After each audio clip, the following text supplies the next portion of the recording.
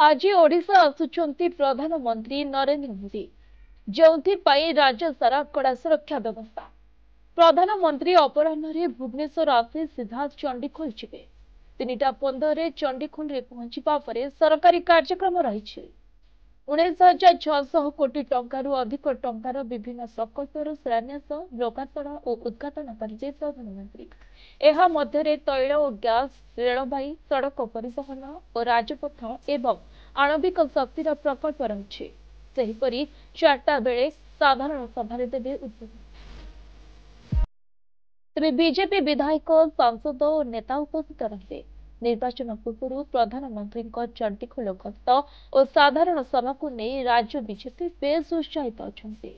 ସେପଟେ ମୋଦିଙ୍କ ଗସ୍ତ ନେଇ ରାଜଧାନୀରେ ମଧ୍ୟ କଡ଼ା ସୁରକ୍ଷା ବ୍ୟବସ୍ଥା କରାଯାଇଛି।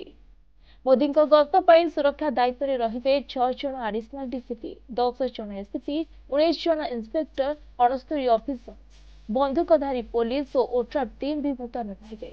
ଏହାସହ ପ୍ରଧାନମନ୍ତ୍ରୀ ନରେନ୍ଦ୍ର ମୋଦିଙ୍କ ଗସ୍ତକୁ ଦୃଷ୍ଟିରେ ରଖି ଭୁବନେଶ୍ୱରରୁ ଚଣ୍ଡିଖୋଲ ଯାଏଁ ସୁରକ୍ଷା ବ୍ୟବସ୍ଥାକୁ କଡ଼ାକଡ଼ି କରାଯାଇଛି। ତେବେ ବିମାନ ବନ୍ଦରକୁ କଡ଼ା ନଜରରେ ରଖାଯାଇଛି। ଭୁବନେଶ୍ୱର ଡିସିପି ସୁରକ୍ଷା ଦାୟିତ୍ୱରେ ରହିଛନ୍ତି ଏବଂ ବିମାନ ବନ୍ଦରରୁ ରାଜଭବନ ଯାଏଁ ସୁରକ୍ଷାକୁ ଅଧିକ ଗୁରୁତ୍ୱ ଦିଆଯାଇଛି। ଏପରିକି ଡଗ୍ ସ୍କ୍ୱାଡ୍ ଓ ବମ୍ବ ସ୍କ୍ୱାଡ୍ ମଧ୍ୟ ନିୟୋଜିତ ହୋଇଛନ୍ତି। ରିପୋର୍ଟ ପ୍ରତିଦିନ ଟିଭି।